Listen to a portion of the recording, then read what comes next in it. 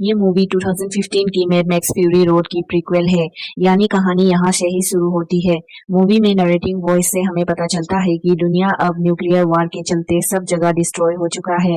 हवा में जहरीली गैसेस फैल चुकी है और कोई भी जगह अच्छी तरीके से रहने लायक नहीं है, सिवाय ऑस्ट्रेलिया की एक जगह की जिसका नाम था green place of many murders, जहाँ के जमीन में पानी था और खेती भी उगता था। इस जगह पे फ्यूरियोसा नाम की एक लड़की जब अब फल लेने आए तो उसे वहां किसी की होने की आहट आती है। तो उसने अपनी बहन वेलकरी को वहीं रुकने को बोल के वो खुद जाकर देखा तो वहां उसे बाइकर्स दिखाई दी। वो लोग एक जानवर को काटकर उसके मांस को अपने साथ ले जाने लगता है। फ्यूरियोसा ने एक के बाइक का ऑयल पाइप काट देते हैं और जैसे ही दूसरी बाइक का काटने वाली होती है तो एक बाइकर देख लेता है और दूसरा बाइकर पीछे से फ्यूरियोसा को पकड़ लेता है। तभी फ्यूरियोसा उसके टांग में चाकू मार देता है और वो भागने लगता है। उसने जोर जोर से सीटी बजानी शुरू कर दी जिससे उस इलाके के लोगों को खतरे का पता चल गया, मगर बाइकर्स उसे पकड़ने में कामयाब हो जाते हैं और उसे उठाकर वहां से ले जाने लगता है। दूसरी तरफ फ्यूरियोसा की माँ और वहां के सारे लोग फ्यूरियोसा को बचाने के लिए इन बाइकर्स का पीछा करने लगा। जबासा एक बाइकर का गला काट देते हैं और उसका बाइक ले लेते हैं।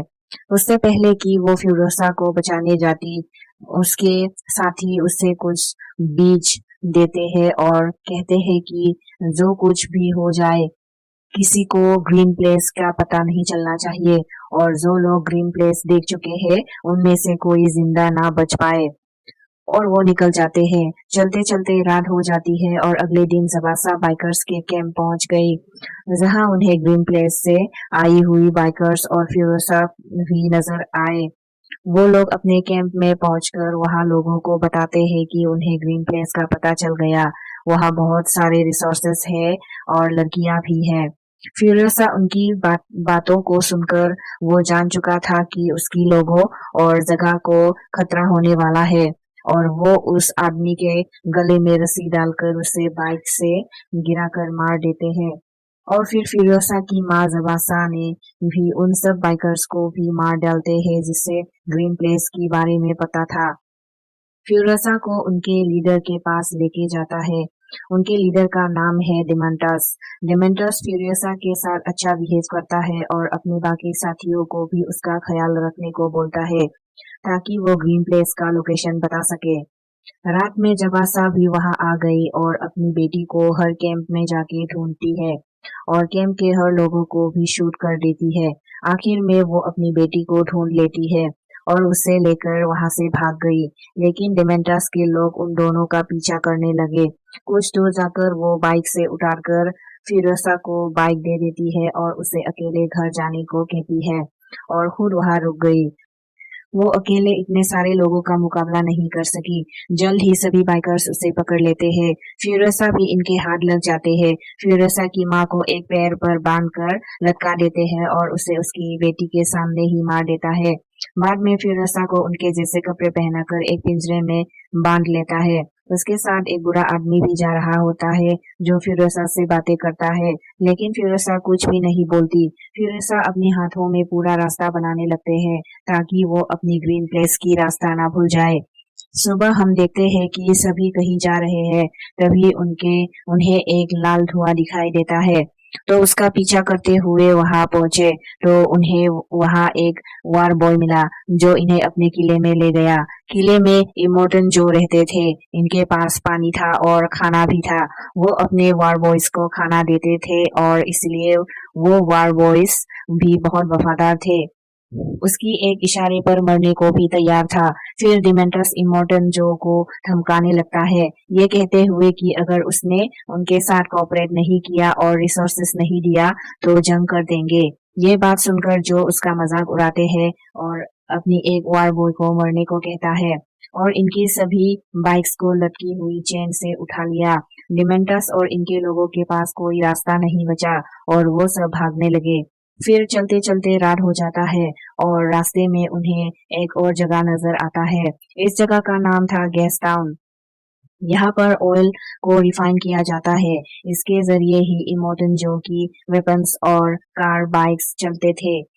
डिमेंटर्स इस जगह पर कब्जा करने का प्लान करता है, लेकिन यहाँ सिक्योरिटी बहुत टाइट थी, जिसकी वजह से वो अपनी कबीले से सारे लोगों को वार बॉय जैसा व्हाइट पेंट कर देता है और गेस्ट टाउन के गेट तक पहुंचता है।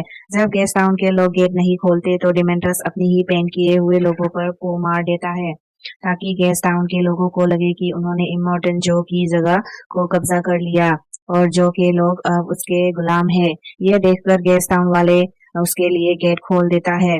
गेस्ट टाउन पर कब्जा करने के बाद डिमेंटर्स गेस्ट टाउन के लीडर का फिंगर काट देता है और इमोर्टन जो को भेजता है। इमोर्टन जो इसे देखकर डिमेंटर्स के साथ मीटिंग करता है। डिमेंटर्स अपने साथ गेस्ट टाउन के लीडर को ले जाता है। वो इमोर्टन जो का भाई था, जो बीमार था, उसकी बॉडी में मशीन फिक्स था, तो डिमेंटर्स उसी मशीनों से उसे टॉर्चर करता है और फिर मार देता है। फिर डिमेंटर्स ने जोर से कहा कि उसे गेस्ट टाउन में बॉम्ब लगा दिया है, जिन बॉम्ब्स को एक्टिवेट या बंद करने का तरीका सिर्फ उसे ही पता है। तो अगर वो गेस्ट टाउन को बचाना चाहता है तो उसे गेस्ट टाउन का लीडर बना दे। इमोर्टन जो उसकी बात मान जाता है, पर एक शर्त पर। इसके बदले उसे फ्यूरियसा और एक बाइकर चाहिए।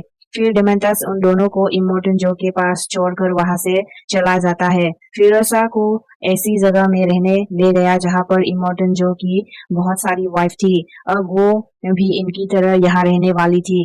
फ्यूरियसा देखती है कि उनकी एक वाइफ से बच्चा पैदा होता है, लेकिन वो बच्चा हेल्दी नहीं होता था, इसलिए उस बच्चे को दफनाने का ऑर्डर देता है। वैसे तो उसके बहुत सारे बच्चे हैं जो सब अनहेल्दी पैदा होते हैं और वो उन सबको वार बॉय बना देता है। इतने सारे वाइफ भी इसीलिए रखी थी कि कभी ना कभी तो उसका हेल्दी बेबी पैदा होगा। तभी इमोर्टन जो का एक बड़ा बेटा फिरोसा के बालों को पकड़कर उसके साथ कुछ बुरा करने की कोशिश करता है। तब फिरोसा अपनी बाल चुराकर वहां से भाग जाते हैं और वो अपने सारे बालों को काट कर एक विग में कन्वर्ट कर दी। उसने अपनी माँ की दी हुई बीज को संभाल कर रखा था। बाद में जब वो सो रही थी, वो लड़का उसके पास वापस आया और उसके बाल पकड़े, तो फिरोसा अपनी बाल को उसकी हाथों में छोड़कर भाग गई। वो लड़का उसे ढूंढने की कोशिश करता है, लेकिन उसे फिरोसा नहीं मिलती और फिरोसा भी अपने आप को एक लड़की की तरह बना चुकी थी और फिरोसा को यहाँ काम भी मिल गया। उसे वहाँ का काम भी आ गया था। वो जो कि बड़ी बड़ी मशीन फिक्स करने का काम करने लगा। साल गुजर जाता है और फिरोसा बड़ी हो जाती है और कोई उसे लड़की है आज तक पहचान नहीं पाया और वो सबका भरोसा भी जीत चुकी है और इमोर्टन जो भी उसे ट्रस्ट करता है। एक दिन इमोर्टन जो उन्हें एक ट्रक बनाने को कहता है जो कि किसी भी चीज को आराम से डिस्ट्रॉय कर सकता है और वो लोग उस ट्रक को बहुत ही जल्द बना भी लेता है। जैसे ही उस ट्रक को टेस्ट ड्राइव के लिए बाहर लेकर जाते हैं तो इसके ऊपर डिमेंटर्स के लोग हमला कर देता है। हमले में ट्रक में कुछ गड़बड़ी हो जाते हैं और फ्यूरियसा उस ट्रक के अंदर जाकर उस गड़बड़ी को ठीक कर देती है और वहां से बाहर आ जाता है। एक वक्त आता है जब डिमेंटर्स और उनकी ट्रक टकरा जाता है। फ्यूरियसा को झटका लगता है और उसकी सर पर से उसका हेड उतर जाती है। ट्रक का ड्राइवर जैक उसे देख लेता है और उसका राज खुल जाता है। वो दोनों अपने दुश्मनों का खत्म कर देते हैं। उसके बाद फिरोसा जैक को गन पॉइंट में लेती है क्योंकि वो जानती थी अब जैक उसके लिए प्रॉब्लम खड़ा करेगा। लेकिन जैक उसकी बहादुरी और काम करने की तरीका को देखकर साथ काम करने की बात करता है और वो लोग गेस्ट टाउन के अंदर पहुंचते हैं जहां उसे डिमेंटर्स नजर आती है। लेकिन डिमेंटर्स फिरोसा को पहचान नहीं पाता। पता चलता है कि डिमेंटर्स के पास ऑयल की सप्लाईज खत्म हो गई है और वो जैक से इमोर्टन जो से मीटिंग करवाने को कहता है, लेकिन वो बिना ऑयल के इन्हें रिसोर्सेस नहीं देना चाहता था। इसलिए डिमेंटर्स के लोग उन पर हमला कर देता है और सारा खाना ले जाने लगता है, जिससे बचाने के लिए फिरोसा अपना ट्रक लेके वहां से निकल जाती है और वो बचते बचाते अपनी जगह पहुंच जाती है और इमोर्टन जो को डिमेंटर्स से मिलने की बात करता है। फिर हमें फिरोसा और जैक को दिखाया जाता है जहां फिरोसा अपनी कहानी जैक से शेयर करती है। वो उसे अपना भी हाथ दिखाती है जहां पर ग्रीन प्लेस जाने का नक्शा बनाया था। जैक प्रॉमिस करता है कि वो उसे अपनी जगह तक पहुंचाने की कोशिश करेगा। यहाँ इमोर्टन जो डिमेंटर्स से मीटिंग के लिए राजी होता है और वो दोनों भी वहां जाने लगता है। वहां जंग शुरू हो जाता है। फिरोसा अपनी गन उठाकर सबको शूट कर देती है। उसकी गोली डिमेंटर्स को भी छू कर गुजरी। जेट ट्रक से गैस टाउन का गेट तोड़ के अंदर चला जाता है और इन सब में वो खुद एक गड्ढे में गिर जाता है। ठीक टाइम पर फिरोसा उसे बचा लेती है और यहाँ से बाहर निकल जाते हैं। अब यहाँ से वो ग्रीन प्लेस जाने की सोचता है, लेकिन डिमेंटस उनका पीछा करने लगता है और जब फिरोसा उसके ऊपर गोली चलाने के लिए अपना हाथ बाहर निकालती है और इन सब में उसका हाथ दोनों तरफ के बीच आ जाता है। ये वही हाथ है जिसके ऊपर उसने मैप बनाया था और दोनों को डिमेंटस पकड़ लेते हैं। उन्हें वहां पर बहुत देर तक बांध कर रखता है। शाम होने पर जब डिमेंटस उनको मारने जाता है तो देखता है कि फ्यूरिसा ने अपनी एक हाथ काट कर वहां से भाग चुकी है। फ्यूरिसा जिस बाइक के जरिए यहाँ से भागी थी, उस बाइक का पेट्रोल खत्म हो जाता है और उसे पैदल ही जाना पड़ा। वो चलते चलते बेहोश हो गई। उसे वहाँ वार बॉय मिल गया और उसे वापस इमोर्टन जो की जगह पर ले गया और वहाँ जो को बताती है कि डिमेंटस उसके ऊपर हमला करने वाला है और वो सब निकल जाते हैं डिमेंटस से लड़ने। डिमेंटस जो और उसके वार बॉयज को आते देख जंग छेड़ देती है जो 40 दिन तक चली और उसके बीच फ्यूरिसा ने अपना एक मैकेनिकल हाथ बना लिया और अपनी बाल काट के वो दोबारा जंग की स्पॉट में चली गई जहां उसे डिमेंटस से बदला लेना है। वहां पर वार बॉयज अपनी गाड़ियां ठीक कर रहे थे और डिमेंटस वहां से भाग रहे थे। तभी उनकी नजर फ्यूरिसा की कार पर पड़ती है। इसके पहले कि ये लोग फ्यूरिसा पे हमला करते, फ्यूरिसा अपनी कार से इन सबको हिट करते हैं, लेकिन डिमेंटस फिर से भागने लगता है। फ्यूरिसा उसका पीछा करके उसके पास आ जाता है। वो डिमेंटस को याद करवाती है कि वो कौन है।